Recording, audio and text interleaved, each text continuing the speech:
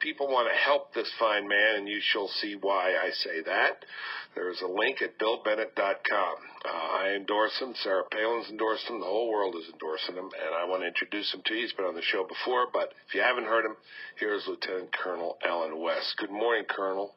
Good morning, sir, and it really is a pleasure to be with you. And you said the whole world has endorsed me. That's probably not true because the left-wing liberals they're probably the only holdouts. All right, well, we hit the bell. He comes out with the gloves on. All right, fine. That's what I like. I want to play something for you. You can stay with us a while, right?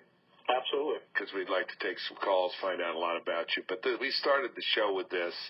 What I've got here is an excerpt from Michelle Obama comment, and then one of our callers who is a psychiatrist in Maryland, and then I love your comment. Here we go. Barack has led by example. When we took our trip to Africa and visited his home country in Kenya, we took a public HIV test. That was Michelle Obama. Now one of our listeners, Dr. Curtis Adams, a psychiatrist who lives in Laurel, Maryland, has a response. There are a lot of black people who think that Africa is their home. And they have this utopian notion of what Africa is, and it's a place that does not exist. The black people need to admit to the fact that we're here, and even more importantly, we are the best off black people on the planet ever, and we are amongst the top 1% of people in recorded human history in terms of wealth, health, life safety, and future chances. To sit there and say that Kenya is his home country is nonsense. And he's going to go ahead on the census form and check that he's black and black alone. That's nonsense. We've all seen his mother, and it's a huge disrespect to his mother. He is biracial, period. And black people just need to understand and get this. I mean, this is a good place. This is not a perfect place, but if you can find a better country, please go. You can't, but you cannot find a better place, ever. You cannot turn the pages of a history book and find a better place, and you can't find a place on the map today, as it exists, that's better than America, period. Okay. Colonel West? Well, I have to tell you, I absolutely agree with your caller, and it was interesting that you said you'll be heading down to Georgia because, Georgia is my home. That was where I was born and raised in Atlanta, and that is what I claim as my home. I claim the United States of America as my home, and I've been to 13 different countries, been in 3 different combat zones, and nothing beats the land of the all-night 7-Eleven and the Denny's, which is the United States of America. Nothing beats. You didn't mention varsity. Oh, well, the varsity, I sold coats at Georgia Tech's, the old Grant Field, which, Bodyguard Stadium. And every time after the game, absolutely, you had to go by the varsity to get you a chili cheese dog. But what I'm talking about here, Bill, are, childhood experiences that make you so close to this country. Going to Atlanta Braves baseball games, sitting around with your mother and father on Saturdays and looking at SEC football, Bear Bryant, Shook Jordan, Vince Dooley, Charlie Pell. These are the type of experiences. There'll be a quiz later, Seth. Go ahead. These are the type of experiences that draw you close to this country, which, me coming up out of the inner city is the greatest country this world will ever know, because it's not possible in any other country that a young black man such as myself could grow up and now be running for United States Congress, speaking with you on a nationally syndicated radio show, or you see, the world's top golfer, you see the entertainment moguls that we have. You see the fact that right now the 2 major political leaders in this country, for the Democrat Party is a black man, and for the Republican Party is a black man. So I'm sick and tired of people talking about how America is a terrible place and doesn't afford you opportunity. They just need to sit back and look at all the great things that this country allows you to have. Well, it's great. I'm glad we played that. Glad to get your reaction. Fill us in a little more, who you are, how you grew up, what you did, your career, and so on. Well, I was, as I said, born and raised in Atlanta, Georgia. I'm the 3rd of 4 generations of military servicemen in my family, dating back to my father, who served in World War II. My older brother was a Vietnam-era Marine, and even my mother did 25 years of civilian service to a Marine Corps headquarters in Atlanta. I served for 22 years in the United States Army. Went to the University of Tennessee, where I got my bachelor's degree and I commissioned as an officer in 1982. And I also have a young nephew who was following my footsteps as a Army artillery captain, and he's already done 2 tours in Afghanistan.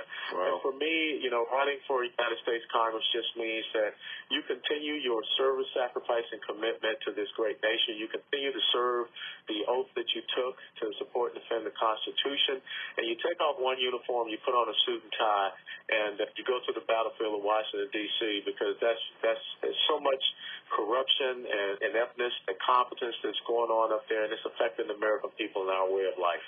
I want to get to Joe and Chad and Dominic and others callers, but we want to hear more from Alan West. This is a great country, and this is one of the best men in this country, Lieutenant Colonel West. And you invite me down there for an event, I really would like to help you out if you want me. We will have that. We'll bring some of our friends too if we can. Tell us when you give a talk. Now that you're running, what are the things you talk about which gets the greatest, loudest response from the audience, the ovation or the standing ovation? I'm sure your military record. Well, I think that, and also when people see your sincerity and your commitment and understanding of the Constitution, the American people are looking for principled leadership. And the 2 things that I really focus on is the fiscal security and the physical security of the American people. Right now, we have got to get people to Washington, D.C. that transfer the wealth of the American people out of Washington, D.C. and bring it back to them so that you can truly have economic growth. I mean, Paul Volcker yesterday came out, I believe it was a Reuters article that talked about how they're going to have to raise taxes again to work on the deficit. Really? You just can't continue to drain the American people and send this money up to Washington, D.C. so the government continues to grow. And the public sector right now is the fastest growing sector of our economy, not the private sector. And that's not going how you spur on innovation, investment, and ingenuity. Colonel, do I call you Colonel or Lieutenant Colonel? Well, just don't call me late for dinner. But okay, right. Lieutenant Colonel's fine. There's another dimension to this which often goes unnoticed, which is under the expansion of government, people say, well, at least the military will get more. But this experience of Western Europe is that as the government grew, it was the welfare state that grew, not the defense state, if you will, not the capacity to defend itself. You're absolutely right, and that plays out. I mean, when the nanny state grows, and if you look at what's becomes happening, a nanny, not a daddy. That's right. When you look at Afghanistan with some of the European NATO member countries, when they had the opportunity to exist beneath the security blanket in Europe that the United States military provided, a lot of the monies in those countries went towards social welfare programs. So now you see a huge disparity between the capabilities and the equipment and the training of these NATO European forces as compared to the United States military. But that dovetails into the second part that I talked about is the physical security of the American people. I mean, right now we have a president that's rewriting our foreign policy that is really, this insidious idea that if we don't do anything with nuclear weapons, everyone else is going to turn theirs in. We'll all sing Kumbaya. The long-term ramifications is that the United States is going to be a toothless caged tiger in the zoo of despots, autocrats, and theocratic rulers. Yeah, we certainly cannot let that happen. Folks, I want you to clear the lines. Joe and Chad and Dominic, call back. I want to clear the lines where you get questions, or you can shift and ask questions of Colonel West, because this is special. This is a special guest, and we want to explore these issues with him. What was going on with that? What would be the reason, Colonel, to say, if we have a chemical or biological attack, we will not respond with nuclear weapons? Why would you want to create? Why wouldn't you want to create uncertainty and fear in the minds of people who are planning such a horrendous thing? Well, I think the thing that you are instilling in the minds of our enemies is a sense of weakness. I go back to the president, going in the hours of darkness, spending 5 or 6 hours in Afghanistan and flying back out before the sun rises. What's the message that sends to your enemies? What's the message that even sends to the men and women who are fighting on the ground there? I spent 2.5 years in Afghanistan. So the thing is, you know, these conciliatory offerings that this president believes he's making will only embolden your enemies. Hold it there. Excuse me, Colonel. Hold it there. I don't like to interrupt colonels, but, you know, the clock is the clock. Hang on. We will get some calls for Colonel Allen West, Lieutenant Colonel Allen West, candidate for Congress, and this is a very exciting one, and we got a great bunch of people running for Congress who want to take back